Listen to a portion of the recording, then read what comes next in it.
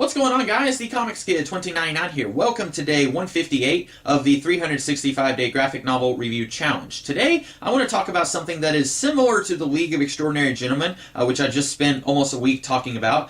In terms of premise, this is very similar, but it's also handled very differently from the League of Extraordinary Gentlemen. Specifically, I want to talk about Planetary, Volume 1. This is the first 6 issues of that series, written by Warren Ellis and drawn by John Cassaday. This is from Wildstorm Comics in the late 90s, which was a very interesting time to be a fan of that universe and those characters.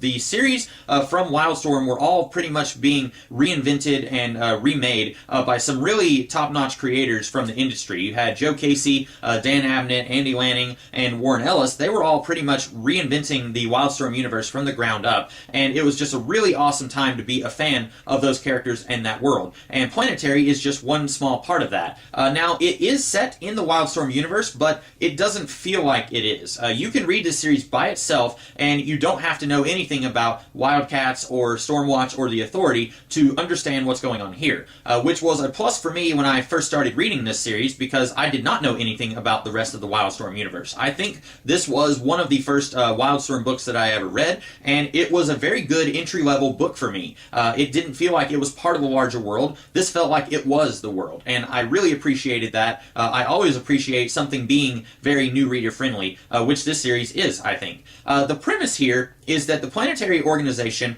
are mystery archaeologists. They unearth and investigate the weird and the unusual, and they try to find ways to help these things help planet Earth and help the society.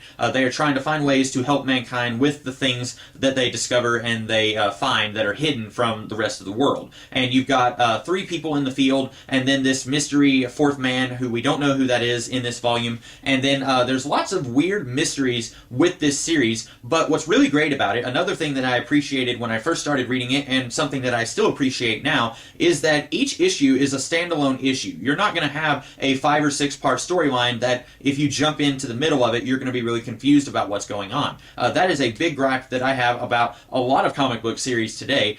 With this one, each issue is a standalone issue. You could start with issue 4 and you will understand what's going on. But if you read the whole series in order, there is an overall arc, but it's not very intrusive if you come in the middle of the series. So that's something that's really good about this series. I wish that more books were handled like this.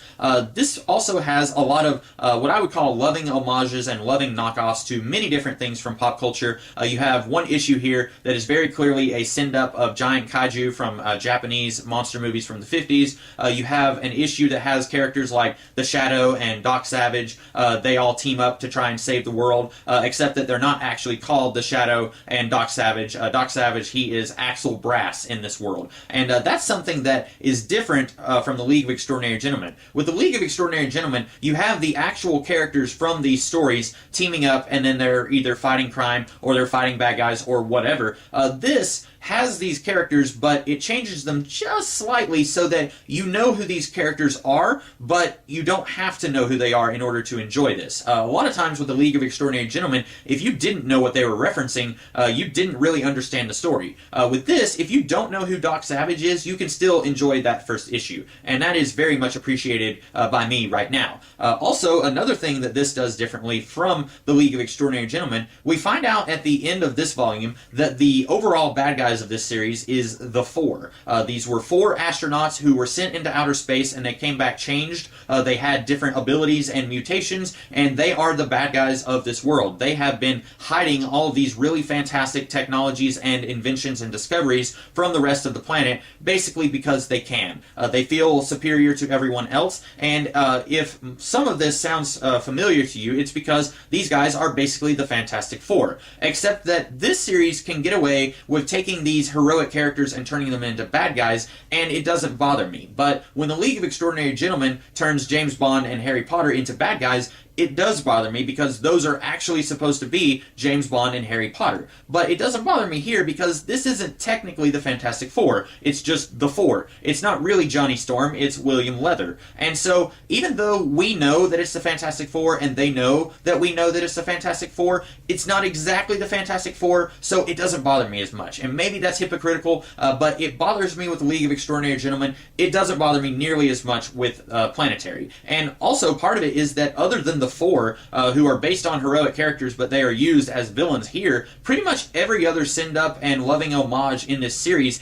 is a loving homage. You don't get the feeling that Warren Ellis and John Cassidy just really hate, say, for example, monster movies, and they just want to make fun of monster movies and talk about how stupid they are. You don't get that feeling here.